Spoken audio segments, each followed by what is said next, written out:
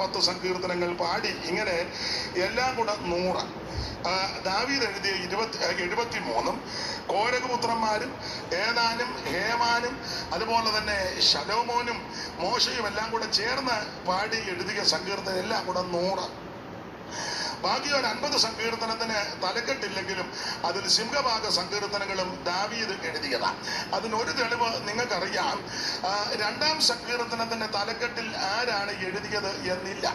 എന്നാൽ അപ്പോസ്തല പ്രവൃത്തി 4-ാം അധ്യായത്തിൽ ആദിമസഭയ്ക്ക് പീഡ വന്നപ്പോൾ അവർ 2-ാം സങ്കീർത്തനം ഉച്ചരിച്ച് ഉരുവിട്ട് പ്രാർത്ഥിച്ചപ്പോൾ ആ വാക്യങ്ങൾ പറഞ്ഞിട്ട് അവർ പറയുക, എന്ന് നിന്റെ ദാസനായ ദാവീദ് മുഖാന്തിരം പരിശുദ്ധാത്മാവിൽ അരുളി ചെയ്തവനെ. അങ്ങനെ മിക്ക സങ്കീർത്തനങ്ങൾ പഠിച്ചാൽ, തലക്കെട്ടില്ലാത്ത സങ്കീർത്തനം പഠിച്ചാൽ ദാവീദ് എഴുതിയ സങ്കീർത്തനം. അപ്പോൾ കൂടുതൽ സങ്കീർത്തനം ദാവീദിനാൽ എഴുതപ്പെട്ട സങ്കീർത്തനമാണ്. ആ ഭാഗത്തേക്കൊന്നും ഇന്ന് പോകുന്നില്ല.